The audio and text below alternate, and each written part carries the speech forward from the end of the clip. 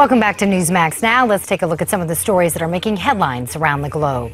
Thailand's government promises justice for victims of last night's bombing. The blast occurred outside a Hindu shrine and major tourist attraction in the capital. There are conflicting reports now, but Thai police say at least 16 people are confirmed dead.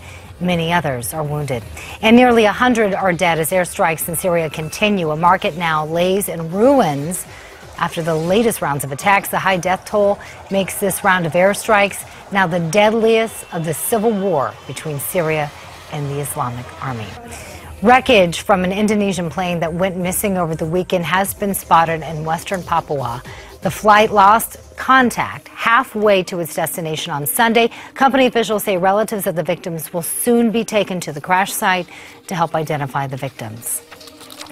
Oscar Pistorius will be released from prison this week. The Blade Runner had been sentenced to 5 years in the killing of his girlfriend, Reva Steenkamp. After 10 months behind bars, though, he will spend the rest of his sentence under house arrest.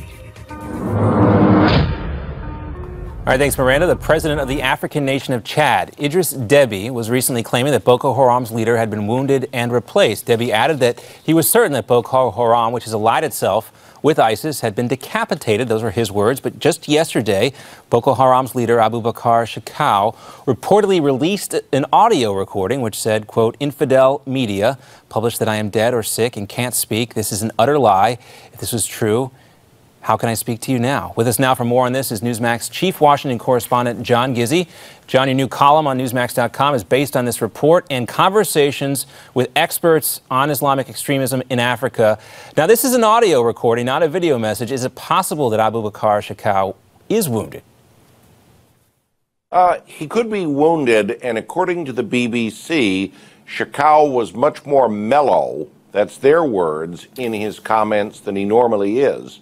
In his past videos, including one where he appeared after earlier reports of his death, he came out, he had an AK-47 with him, proclaimed himself hale and hearty, and gave a very robust denunciation of President Obama, President Hollande of France, and Queen Elizabeth.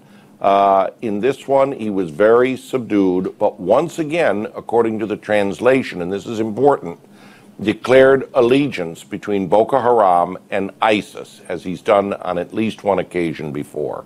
Yeah, that is key. And, you know, you mentioned that term mellow, which is what the BBC reporting, which must be a relative term. If anybody's seen any of this guy's propaganda videos, he's got to be one of the most hyper Islamic leaders out there. But now, what would his death or his inability to operate Boko Haram really mean for that organization and for its alliance with ISIS? Okay, I've been speaking quite a bit today to people who follow Boko Haram, including our past Newsmax guest, Virginia Comely, who's written the new and definitive book, Boko Haram, Nigeria's Islamist Insurgency. They all agree that a succession plan is in place, just as Mr. Shekau had succeeded Mohammed Yusuf, the slain first leader of Boko Haram, killed by extrajudicial means after he was pursued by Nigerian police. This is something that has not happened yet, but there clearly is a successor in place, and Boko Haram will continue.